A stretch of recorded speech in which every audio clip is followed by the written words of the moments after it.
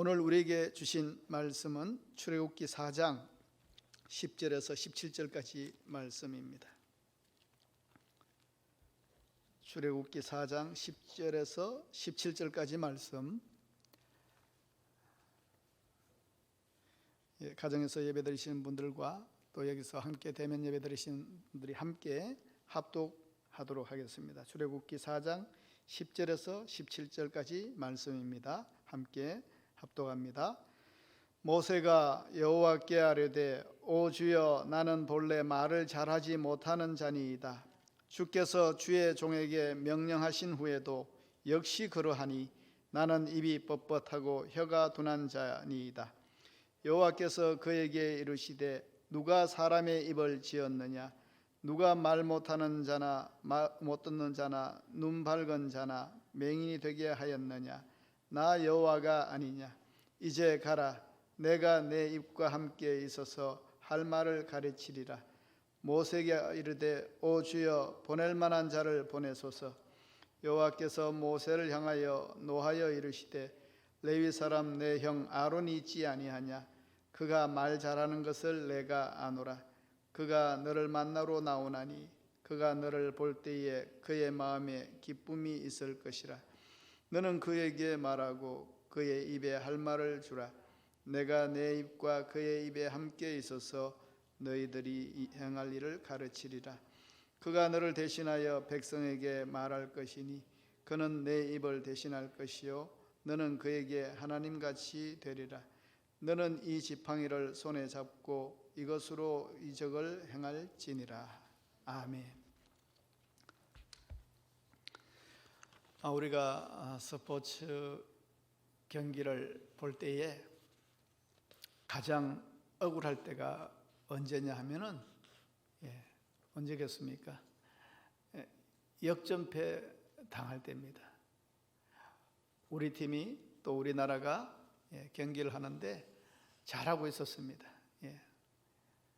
이대로 나가면 이길 것 같아요. 그러나 여러분, 전반전 잘해도 후반전에 전반전에 3골 넣어도 후반전에 4골 먹으면 지는 거 아닙니까? 그게 역전패입니다. 반대로 가장 짜릿할 때는 정말 도저히 이길 수 없다고 생각하고 패색이 짙었는데 역전할 때입니다. 반대죠. 역전패 당할 때, 역전할 때. 그런 경우들이 많습니다. 요 근래 좀 이렇게 스포츠 경기를 TV를 통해서 볼 때도 그런 것을 좀 느꼈는데, 여러분, 처음도 좋고 끝도 좋은 것만큼 좋은 게 없습니다. 그러나 인생 그렇게 잘 되지 않지요. 처음과 나중 따질 때에 하나만 선택하라 그러면은 그러나 끝이 좋아야 됩니다. 우리의 인생의 승패는 전반전이 아니라 바로 후반전에 달려 있다고 할 것입니다. 그래서 끝이 좋아야 돼요.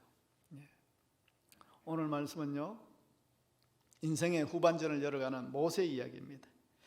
우리는 모세를 어떻게 평가하나요? 하나님의 사람, 온유한 사람, 지면의 어떤 사람보다 온유한 사람이라고 성경은 이야기합니다. 그리고 그 노예 생활하던 애굽 민족을 출애굽시킨 불세출의 영웅 모세. 아무리 이렇게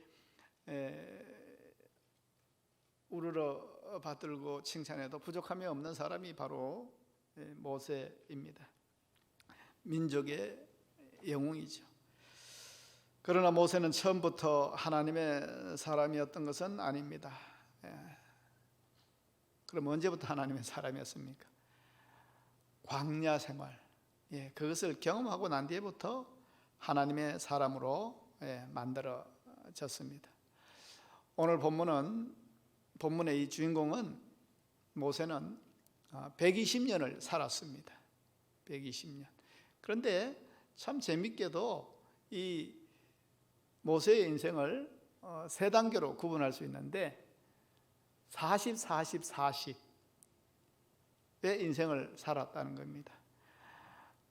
모세의 120년 생애를 세 단계로 구분했습니다. 그는 특이하게 40년씩 세 번으로 구분되어진 전환계 삶을 살았는데 무슨 스포츠 타이틀처럼 40, 40, 40의 인생을 살았습니다. 먼저 40은 뭘까요? 인생의 전반기로 할 수 있습니다. 잘 나가던 시절입니다. 바로 궁정에서 지낼 때, 여러분 모세가 이집트 왕자였습니다. 원래는 유대인이었는데 어떻게 이집트 왕자가 되었는지 그 얘기는 다 아실 것 같아요.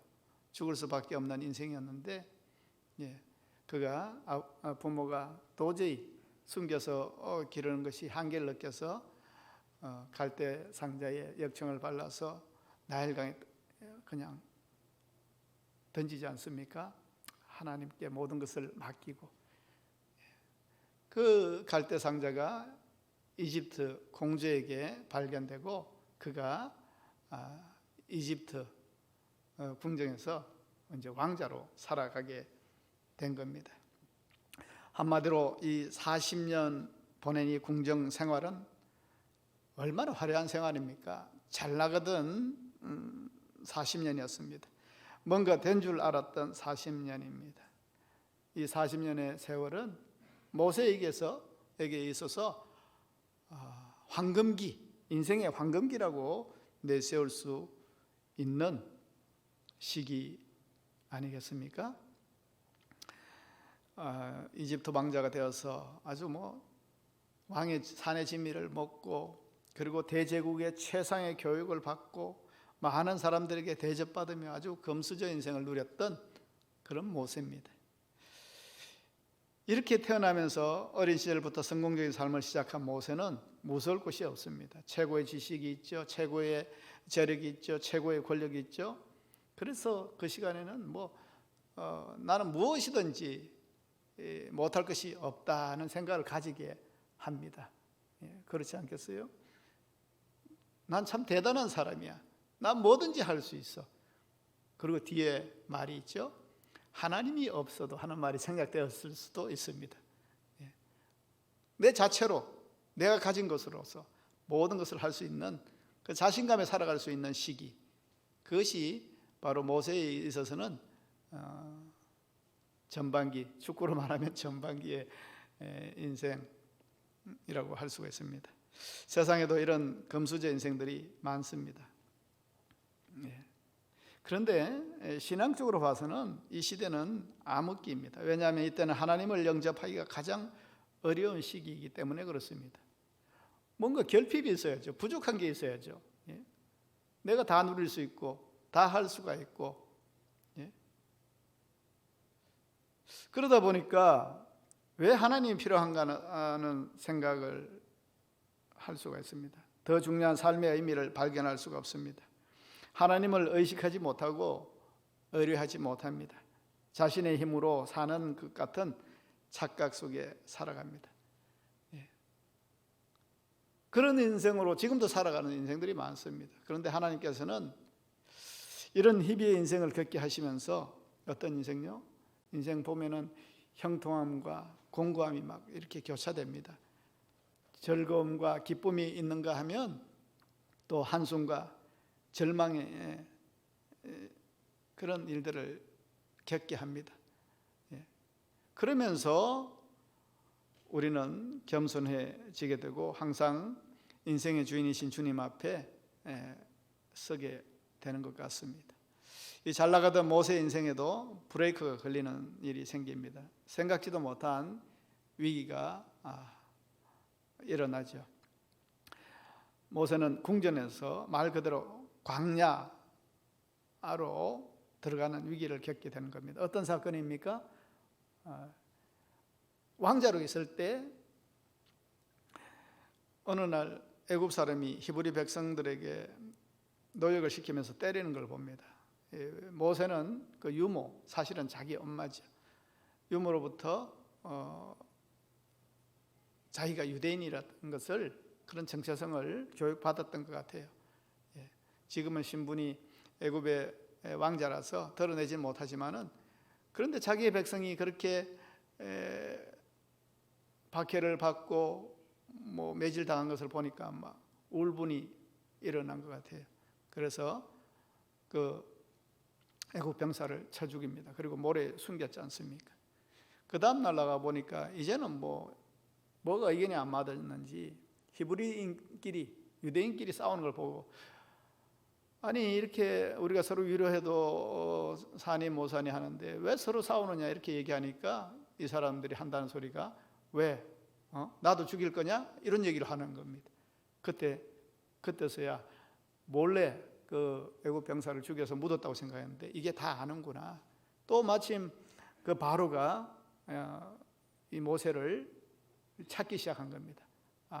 날 죽이려고 찾는구나. 겁이 나서 도망을 가죠. 어디로 갑니까? 광야로 갑니다. 거기가 바로 미디안 광야입니다. 이렇게 잘 나가던 궁정의 화려한 생활을 하던 사람이 아무것도 없는 황량한 광야로 도망하는 도망자로 하루아침에 처지가 바뀝니다. 여러분, 이 너무 극과 극 아니에요? 화려한 궁정과 먼지만 나고 풀 한 폭이 나지 않는 광야에 쫓겨나갈 수밖에 없는 그 모세의 처지. 뭔가 좀 단계도 없고 이건 너무 극과 극이죠. 이번 주에 금요일 날 우리가 원데이 다니엘 기도회를 가졌는데 그 강사가 윤시영 목사님, 그분의 이력이 참 특이해요. 그분이 전도사 시절에 청소년 사역하다가 한 소녀를 위해서 하던 것들이 이게 뭔가 좀 오해가 생겨서 호주 구치소에 갇히는 일이 생겨버린 겁니다. 구치소에서 또 교도소로 이렇게. 여러분 얼마나 기가 막혀요. 이 사역하다가 교도소로 가는 목사. 우리 인생은 그렇게 아주 곤두박질 칠 때가 있습니다. 한순간에 꼬이면 이 처지가 나락으로 떨어질 수가 있는 겁니다. 모세가 지금 그런 상황입니다. 왕자에서 그냥 목동으로 전락하고 궁정에서 광야로 전락하는 참 기가 막히는 삶을 겪게 됩니다. 모세는 잠깐은 그렇게 생각했을 겁니다. 잠시 피한다고 생각했을 겁니다.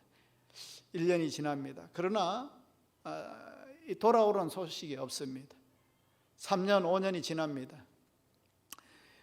뭔가 찾아오는 사람도 없어요.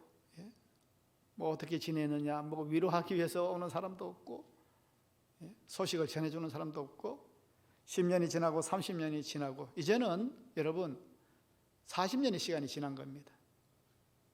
그래서 궁정에서의 40년 세월이 있었고 광야에서 또 40년인 거예요. 40년 세월, 얼마나 긴 세월이겠어요. 우리 교회가 내년이면 40년입니다.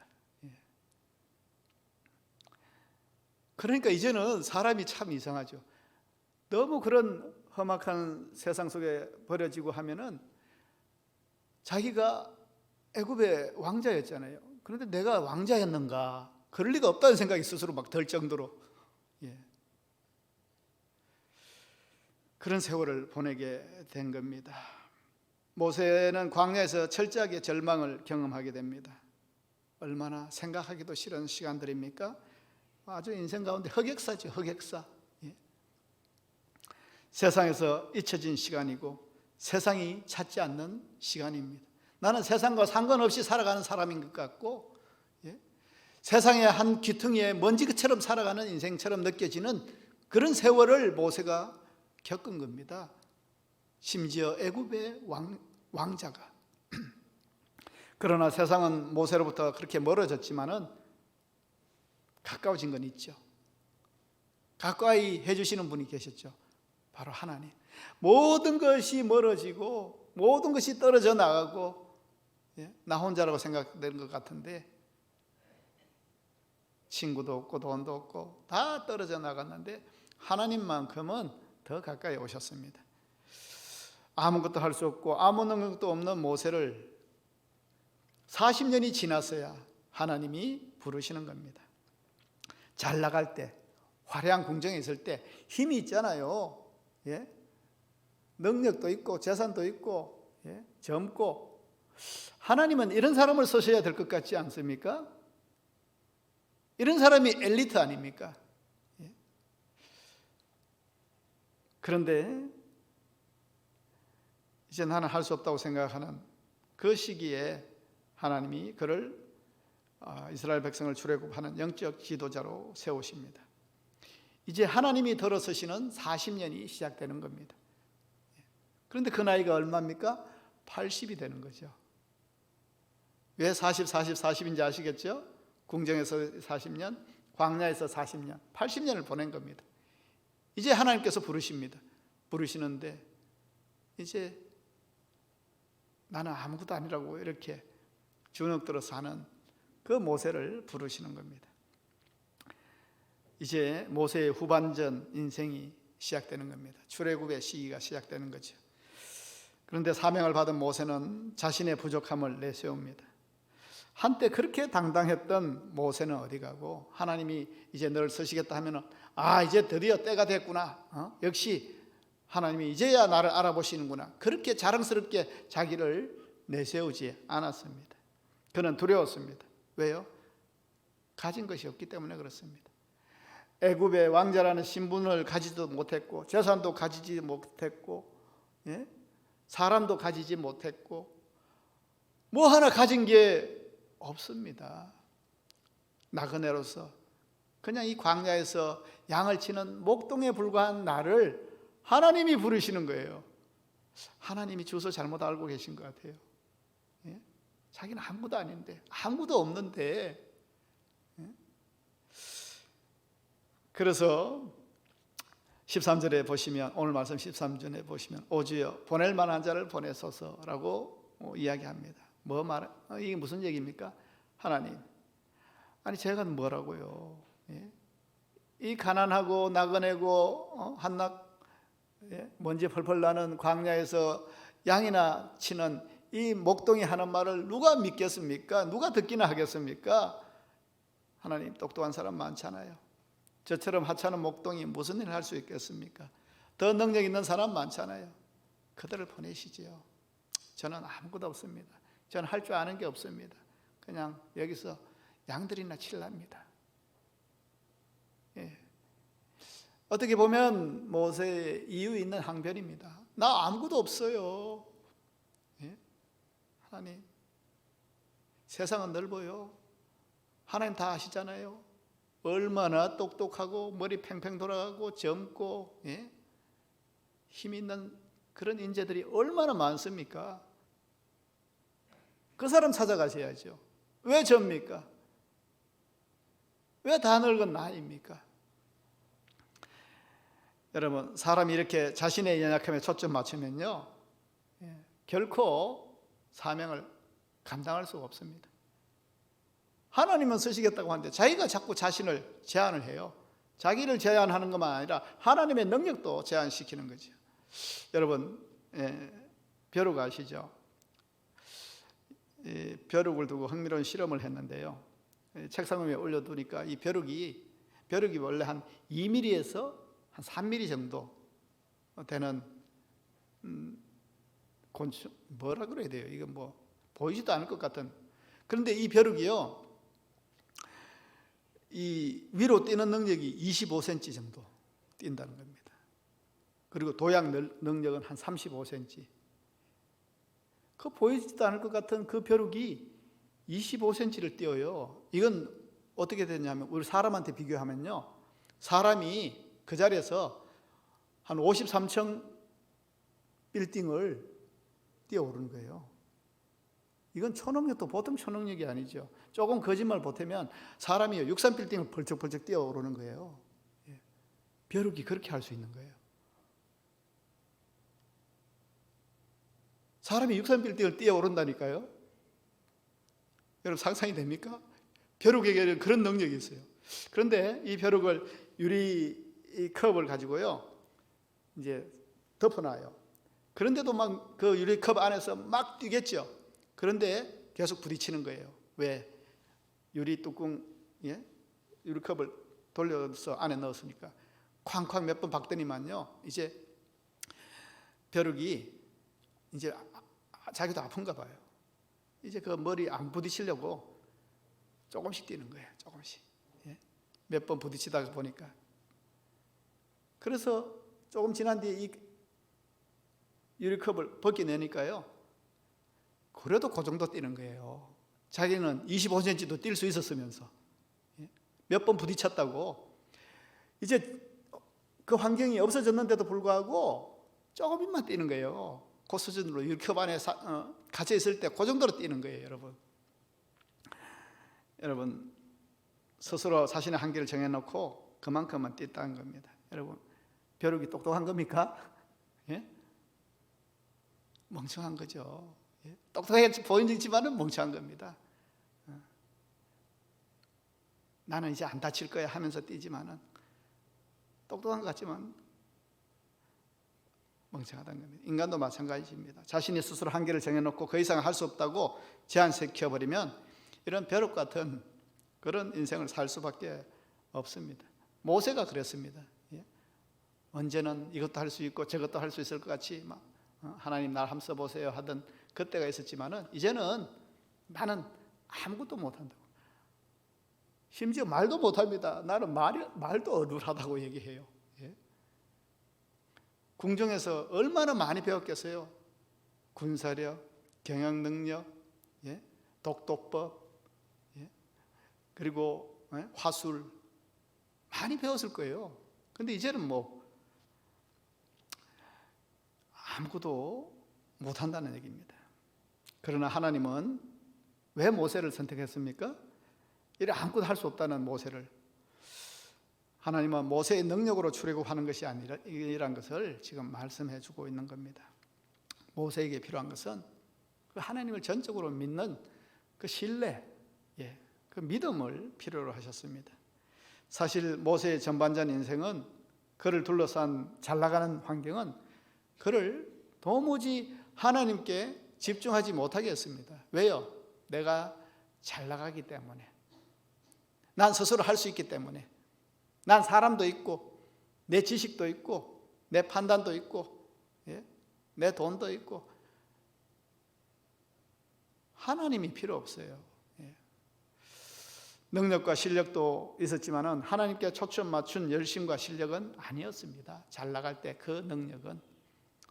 그래서 모세가 잘 나갈 때 하나님은 움직이지 않으셨습니다. 그런데 모세는 이해가 안 되는 거죠. 나 좀 잘 나갈 때 좀 부르시지. 여러분 한번 생각해 보세요. 모세는 동족이 고통당하는 현장 보았습니다. 그는 불같은 성격으로 혈기로 해결했습니다. 그게 뭡니까? 죽이는 거였어요. 진정으로 동족을 도울 수 있는 능력은 갖추지 못했습니다. 자기 혈기로 그냥 해결할 뿐이었습니다.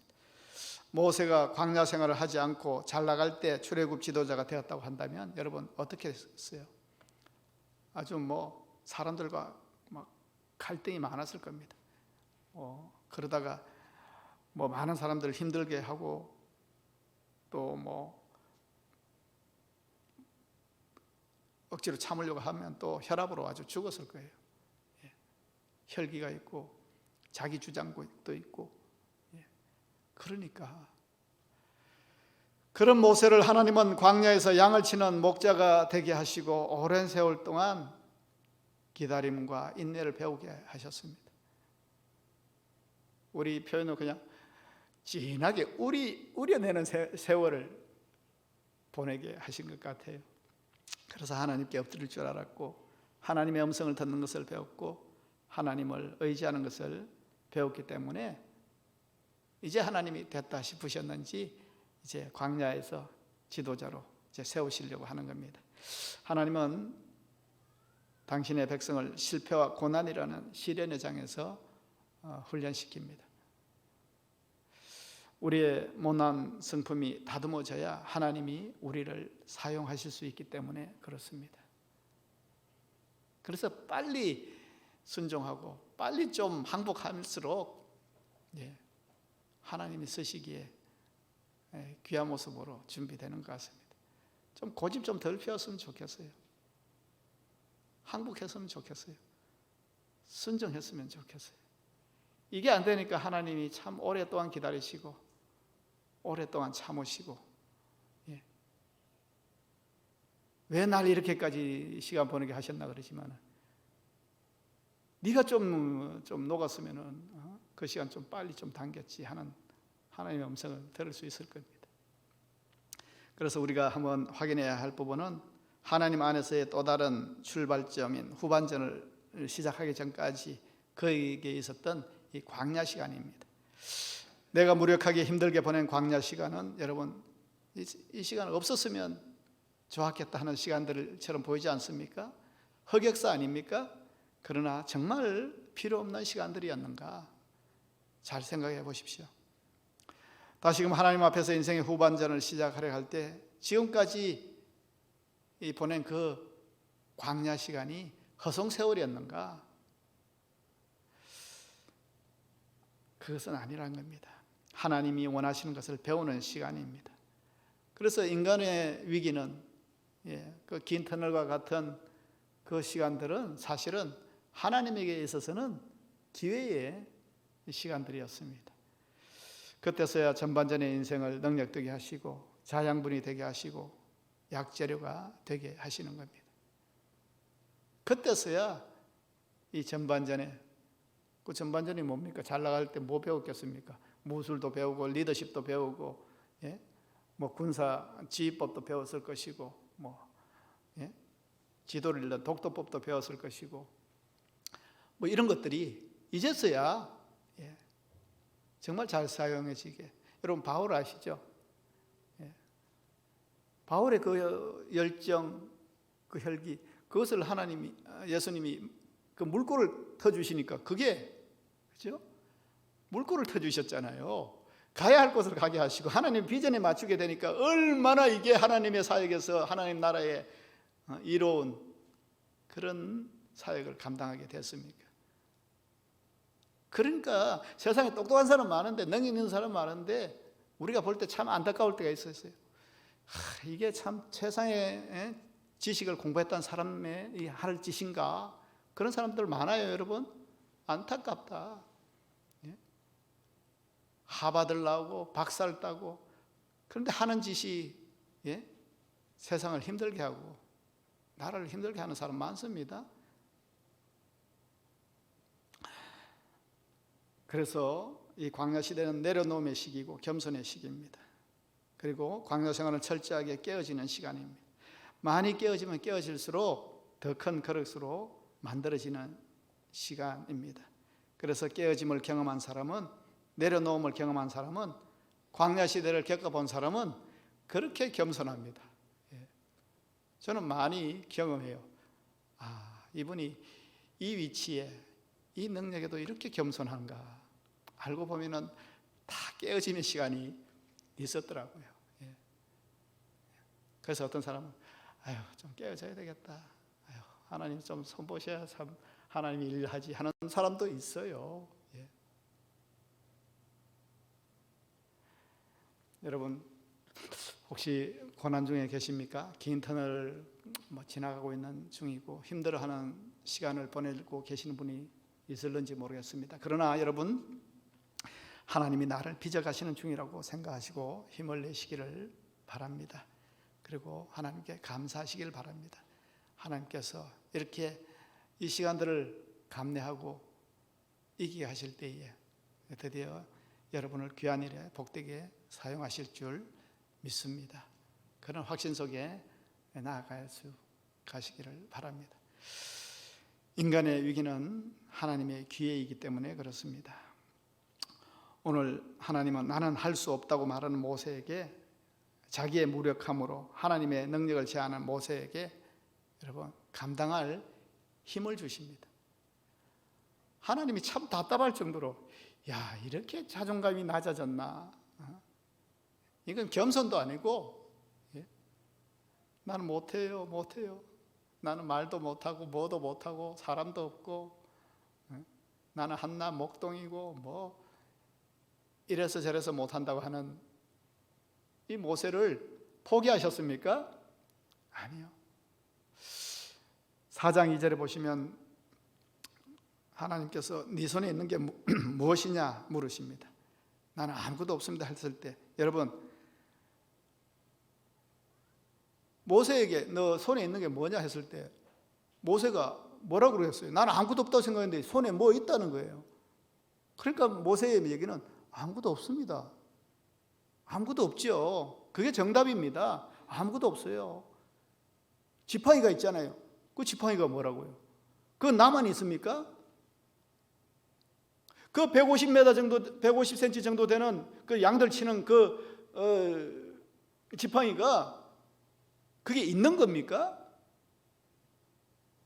네 손에 있는 게 뭐냐 했을 때 아무것도 없습니다. 그게 정답이에요. 뭐 지팡이가 있긴 합니다. 그러나 이거는 없는 거예요. 없는 거예요. 아무것도 없습니다. 그게 사실은 정답이죠. 여러분, 지팡이가 뭐죠? 하나님은 그냥 지팡이를 사용하셔서 하나님의 역사를 이루십니다. 지팡이는요, 사실 아무것도 아닌 것을 상징합니다. 그게 하나님께서 지팡이에 무슨 능력을 부어 놓으셔가지고 이 아주 뭐 대단한 뭐 어떤 능력의 무슨 도구를 모세가 받은 게 아니고요. 그 지팡이를 주님께서, 하나님께서 그냥 함께 하신다는 임재의 상징으로 이야기하신 겁니다. 그러나 그 지팡이로 이집트의 요술사들을 이기고 나일강을 건너서 애굽을 긴장하게 하고 홍해를 가르고 반석을 쳐서 물을 내는, 그러니까 그 지팡이는 너무 대단하잖아요. 이런 거 하나 있으면 나도 하겠다 싶잖아요. 그러나 그 지팡이는 아무 능력이 없는 겁니다. 그럼 능력은 뭡니까? 하나님이 함께 하셨기 때문에 일어나는 일이죠. 여러분, 지팡이 자체의 힘 아닙니다. 신비한 지팡이를 하나 얻은 것 아닙니다. 지팡이 자체가 그런 능력이 있는 것이 아니라 하나님이 부어주시는 능력입니다. 내가 함께 하겠다는 그 얘기입니다. 하도 보이지 않으니까 내가 너와 함께 할 거야. 그러니까 믿기는 하겠습니까? 그러니까 그 믿음에 맞게 너 가지고 있는 건 뭐야? 그래 그 지팡이, 그래 그걸로 해. 그 지팡이를 다른 사람이 가지고 능력을 행하면 되느냐? 안 됩니다.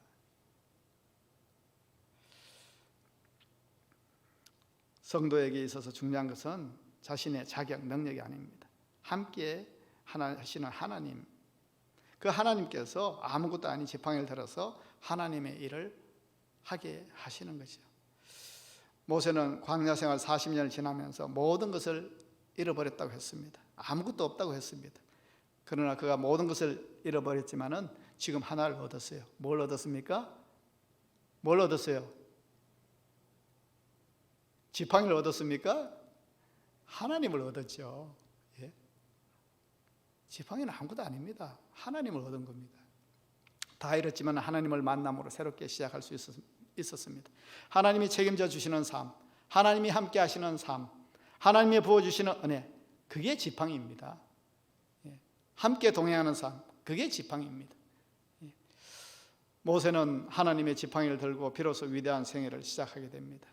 그래서 그가 이스라엘에 출애굽시키기 위해서 떠나는 장면이 4장 20절이에요. 한번 보세요. 4장 20절 우리 함께 읽어봅시다. 모세가 그의 아내와 아들들을 나귀에 태우고 애굽으로 돌아가는데 모세가 하나님의 지팡이를 손에 잡았더라. 그게 무슨 하나님의 지팡이입니까? 원래 자기 건데, 예? 자기가 양을 치던 그 지팡이를 들고 갔더라가 아니라 그는 하나님의 지팡이를 손에 잡았더라. 하나님의 그 확신 가운데에 이거 붙들고, 사실은 하나님을 붙들어야 되지만은 하나님이 함께 하시는 그 지팡이, 부어주시는 은혜가 있는 그 지팡이, 그것 들고 담대하게 애굽을 향해서 나아가는 겁니다. 여러분, 그 장면 어떻게 보세요? 멋집니까? 초라해 보입니까? 여러분, 그러나 하나님이 부어주신 은혜를 잡고 나아가는 위대한 출발이기 때문에 그 앞에 바로의 권세도 애굽의 큰 장벽도 앞을 가로막는 홍해도 갈라지는 겁니다. 그 지팡이는 아무것도 아니지만은 광야에서 양을 치던 지팡이가 아니라 하나님의 지팡이가 된 겁니다. 이것은 모세가 신실하신 하나님 한 분만 붙들고 간다, 이것을 이야기하고 있는 겁니다. 여러분, 우리에게도 하나님의 지팡이가 있습니다. 하나님의 지팡이가 있어야 됩니다. 지금 우리에게는 하나님이 지금 모세가 잡은 지팡이보다 더 확실한 지팡이를 우리에게 주셨어요. 그게 뭘까요?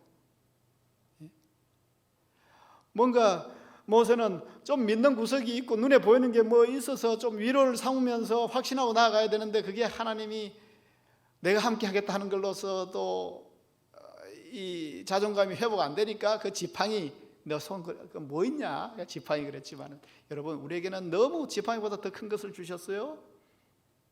그게 뭡니까? 하나님의 말씀, 하나님의 말씀을 주셨어요. 예? 이거보다 더 확실한 게 어디 있겠습니까? 말씀과 함께 주님이 내 안에 계시고 순종이 있다면 우리의 후반전은 승리로 열매 맺을 줄 믿습니다. 여러분, 오늘 이스라엘의 가장 위대한 지도자 모세도 생애 광야의 시간이 있었다는 것을 우리는 오늘 발견했습니다. 어떻게 모세뿐이겠습니까? 우리 모두에게 있습니다. 모든 인생에게 이 광야의 시간은 있습니다. 인생의 전반의 실패로 후반전을 두려워하며 광야 시간을 보낼 수가 있습니다. 지금은 어떻게 보면은 전 세계가 이 광야 시간을 보내는 것 같아요.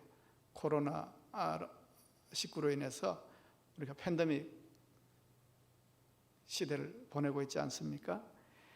그래서 세상은 이제 코로나 전과 코로나 후로 구분되어질 겁니다. 코로나 전과 코로나 후. 지금 그럼 어떤 시기예요? 광야 시기인 거예요. 지금이 광야 시기입니다. 그래서 이제는 또 위드 코로나, 이걸 피할 수가 없다는 겁니다. 이 코로나와 함께 갈 수밖에 없다는 겁니다. 이 시기를 우리가 지금 보내고 있습니다. 이로 인해서 여전히 두려움과 공포가 위기 가운데 있지만은, 광야의 시간을 보내고 있지만은, 여러분, 우리는 그것도 알고 있죠. 그러나 이제는 끝이 될 날이 올 것이다.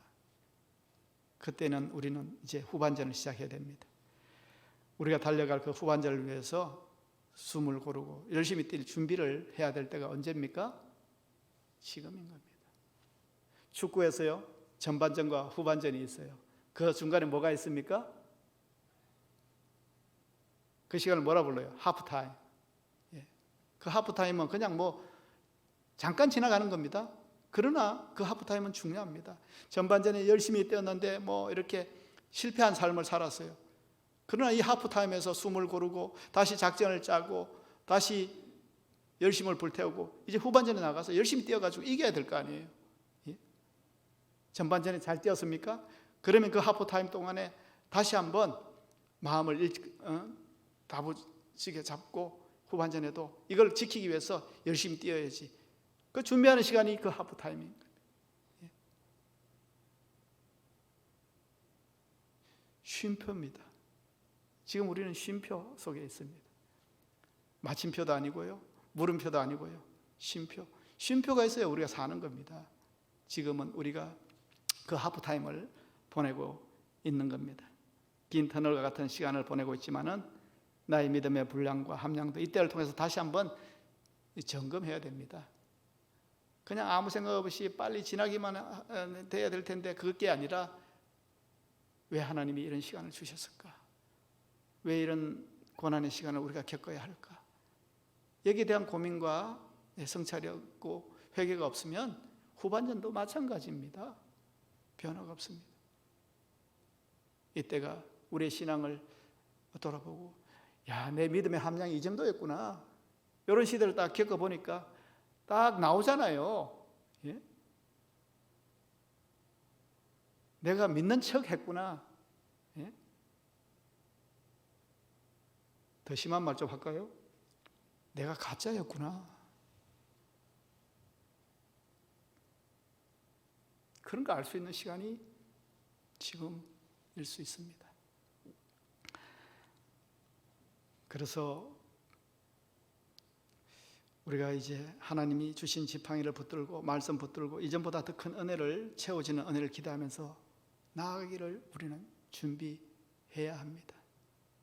후반전요? 예, 이제 후반전이 시작될 때요, 우리는 우리 스스로를 보게 될 겁니다. 교계가 걱정해요. 아주 한 30%는 떨어져 나갈 것이다. 예. 큰일 났다가 아니라 여러분, 더 정화되고 더 구분되고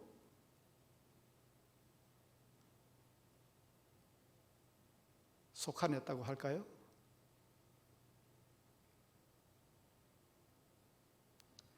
거기에 걸러지지 마시길 바랍니다. 코로나 후가 이전보다 더 강건하고 든든히 써갈 수 있도록 이 시간들을 호흡을 잘 고르면서 하나님 의지하면서 주님의 지팡이를 굳게 잡고 하나님을 나의 힘으로 삼고 승리하는 후반전이 되어야 될 줄 믿습니다. 코로나 이후를 어떻게 설계하고 계획하고 의미를 가지고 준비하느냐에 따라서 펼쳐질 후반전은 더 귀하고 가치 있고 중심에 바로 서게 될 것이란 겁니다. 그래서 후반전은 어떻게 보면은 기대가 되는 겁니다. 그 시작은 하나님과 하나님이 주신 지팡이를 붙들고 나아가야 될 줄 믿습니다. 주님과 함께 동행함으로 주님 안에서 승리하는 복된 후반전을 위해서 이 시기를 기도하면서 묵상하면서 하나님께서 내가 좀 다듬어지길 원한 것을 발견하면서 보내시는 귀한 시간들이 되시기를 주의 이름으로 축원합니다. 기도하겠습니다. 하나님 아버지, 감사를 드립니다.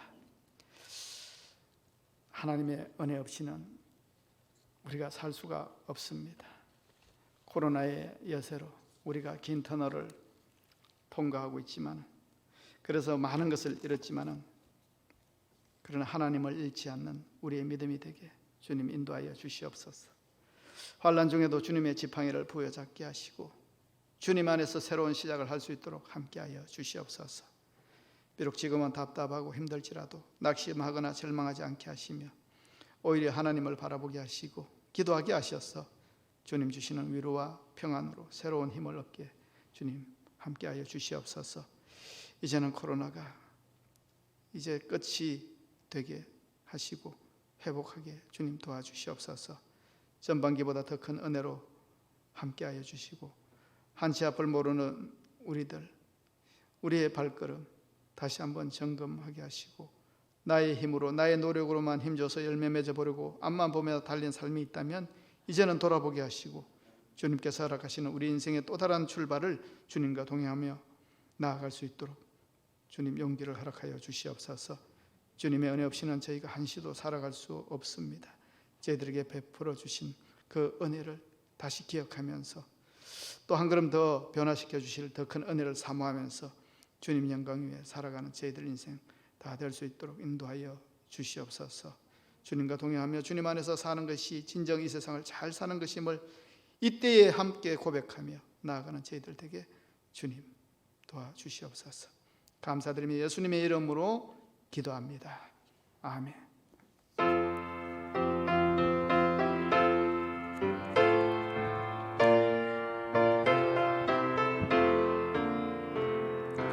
험한 시험 속에서 나를 건져주시고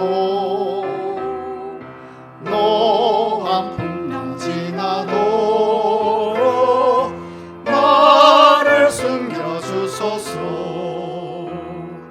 주여 나를 돌보시사 너희 품어주시고 험한 풍파 지나도록 나를 숨겨주소서.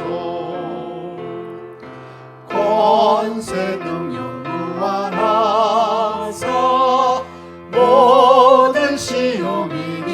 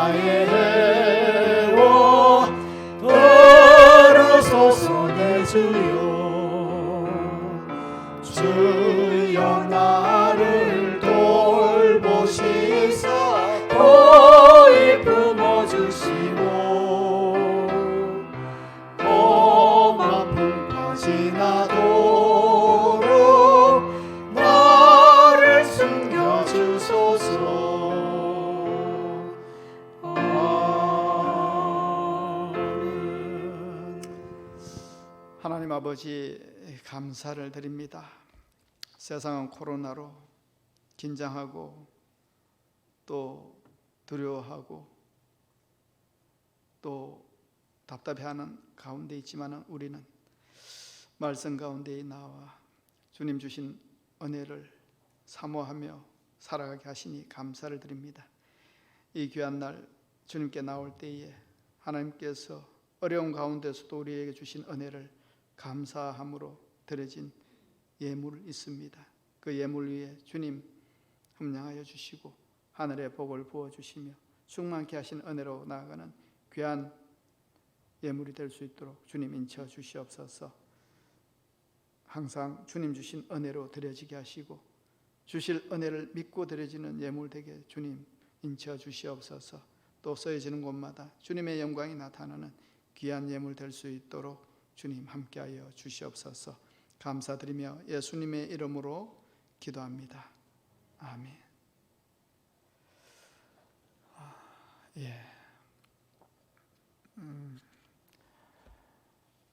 지금 참 걱정스럽습니다.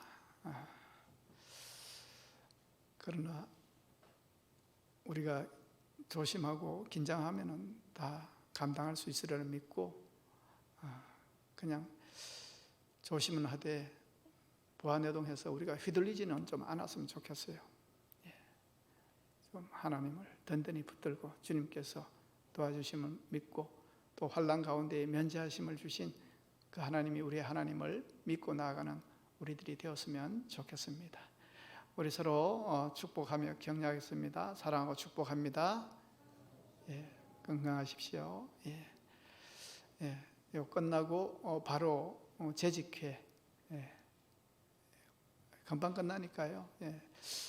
참석해 주시기를 바랍니다. 다 같이 일어나셔서 635장 찬양합니다.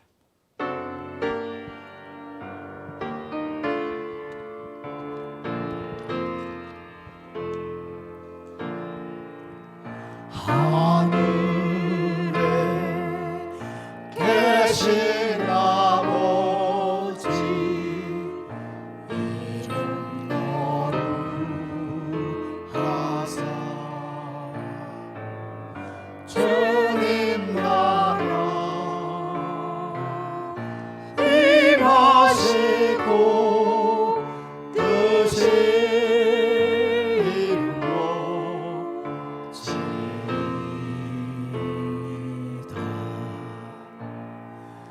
일용할 양식 주시고 우리들의 큰 죄 다 용서하옵시고 또 시험에 들어가시고 악에서 구원하소서. 내게 주의 나라 주의 권세 주의 영광 영원히 아멘. 이제는 우리 주 예수 그리스도의 은혜와 하나님 아버지의 크신 사랑과 성령의 감동하시며 감화하시며 또 역사하심이 지금은 터널의 긴 광야의 시간을 지나가고 있지만은 다시금 허락하시며 열어갈 후반 길을 기대하면서 주님의 지팡이를 굳게 잡고 주님과 동행하며 주님 영광 위에 살아가기를 다짐하는 이 시간 예배한 성도들 위해 지금부터 영원까지 함께 하시기를 간절히 축원하옵나이다. 아멘.